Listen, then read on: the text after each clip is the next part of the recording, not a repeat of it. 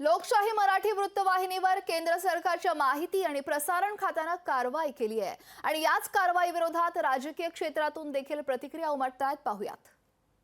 संविधानाने या देशामध्ये प्रत्येकाला बोलण्याचा अधिकार दिलेला आहे, मत मांडण्याचं स्वातंत्र्य दिलेलं आहे. लोकशाहीचा चौथा आधारस्तंभ म्हणजे पत्रकारिता आहे की जिथं सामान्य माणसाचं दुखणं मांडलं जातं, सामान्य माणसाचे प्रश्न मांडले जातात, सामान्य माणसाचं म्हणणं मांडलं जातं.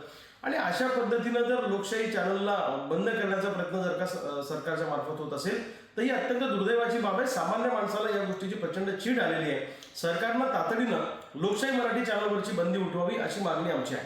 मग तर अशा पद्धतीनं प्रसार माध्यमावर बंदी लागणं चुकीचं आहे. किरीट स्वामींनी सांगितलं का की हे व्हिडिओ माझा नाही आहे? सांगितलं. किरीट स्वामी सांगितलं हे चुकीचं आहे, हे कोणीतरी चुकीचा रेकॉर्ड तो मी नाहीच असं काही सांगितलं?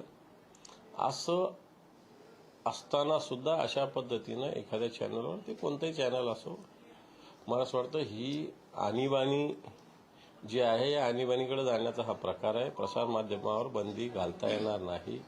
लोकशाहीचा चौथा स्तंभ म्हणून प्रसार माध्यमांना ओळखलं जातं. त्यामुळे ही बंदी ही चुकीची आहे, पण लोकशाही धोक्यात आली आहे. लोकशाही चॅनलने अत्यंत निर्भीडपणे काही गोष्टी उघडकीस आणल्या होत्या. काही इन्व्हेस्टिगेटिव्ह जर्नलिझम किंवा पत्रकारिता केली होती. काही त्यांच्या सोर्सेसकडून माहिती मिळाली होती, ते लोकांच्या पुढं दाखवलं होतं.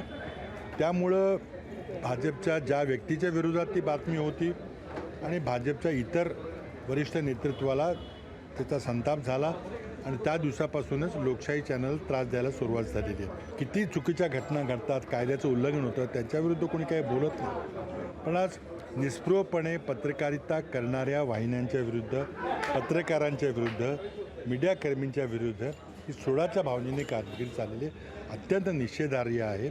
आणि म्हणूनच आम्ही म्हणतोय की लोकशाहीला हा धोका निर्माण झालेला आहे. लोकशाही मराठी ऐका, पहा, जागरूक रहा.